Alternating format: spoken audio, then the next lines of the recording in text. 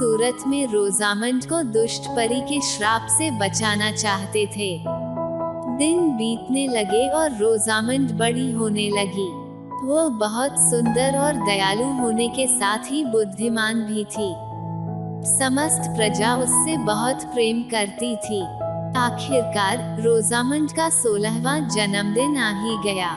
राजा रानी ने इस अवसर को धूमधाम से मनाने के लिए शाम को एक बड़े जश्न और भोज का आयोजन किया था, किंतु वे चिंतित भी थे। उन्हें दुष्ट परी के श्राप के सच हो जाने की आशंका ने घेर रखा था, किंतु पूरा दिन बीत जाने के बाद भी कुछ नहीं हुआ। शाम को एक सेवक रानी के पिता का पत्र लेकर आया, जिसमें लिखा था कि रानी के पिता की तबीयत बहुत खराब है। राजा रानी तुरंत रानी के पिता से मिलने निकल पड़े।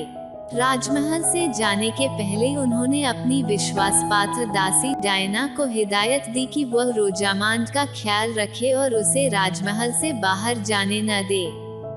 डायना ने भी उन्हें आश्वासन दिया कि वह रोजामांड को कुछ नहीं होने देगी। राजा रानी के जाने के बाद डायना साई की तरह रोजामांड के साथ रही, लेकिन जब वह भोजन बनाने में व्यस्त हुई तो रोजामांड छुपकर बगीचे में आ गई और वहां पक्षियों के साथ खेलने लगी। खेलते खेलते उसे एक फूल पर बैठी सुनहरी तितली नजर आई। उसे पकड़ने जैसे ही रोजामांड ने हाथ बढ़ाया, वह उड़ गई। रोजामांड उसके पीछे भागने लगी। उड़ते उड़ते तितली एक मीनार के सामने पहुंच गई। वो एक पुरानी मीनार थी और बहुत ऊंची थी। रोजामांड के मीनार के सामने पहुंचने पर तितली मीनार के भीतर चली गई। रोजामांड भी तितली के पीछे मीनार में चली गई। मीनार में गोलाकार सीढ़ियां बनी हुई थी। रोजामांड तितली के पीछे जाते हुए सीढ़ियां चढ़ने लगी। तितली उड़ते उड़ते मीनार के सबसे ऊपरी मंजिल पर पहुंच गई और उसके पीछे रोजामांड भी। मीनार के उस हिस्से पर एक छोटा सा कमरा था। तितली के पीछे रोजामांड उस कमरे में चली गई। वहां एक बूढ़ी औरत चरखा चला रही थी। रोजामांड ने कभी चरखा नहीं देखा था।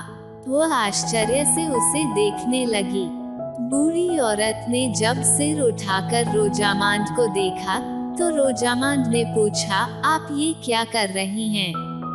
मैं इस चरखे से सूत काट रही हूँ। क्या तुम भी सूत काटना चाहोगी?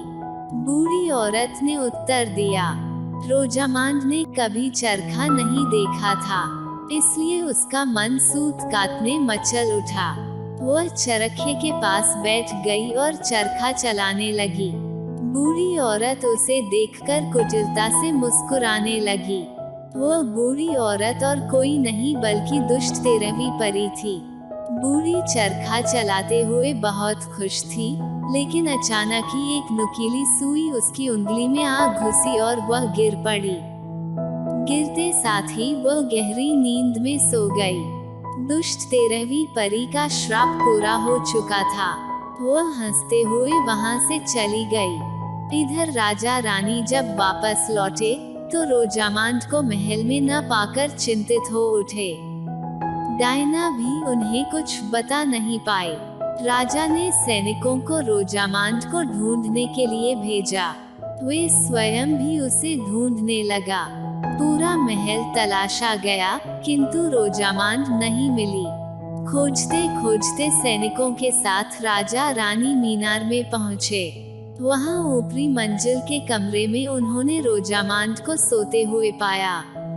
पास ही चरखा भी रखा हुआ था।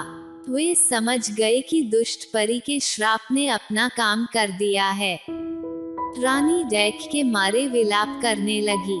तब राजा ने उसे समझाया कि हमें रोजामांड को लेकर महल चलना चाहिए, क्योंकि कुछ ही देर में हम सब भी सो जाएंगे। रोजामांड को राजमहल ले जाया गया और उसे तैयार कर मखमली बिछौने वाले एक बिस्तर पर लिटा दिया गया। सोती हुई रोजामांड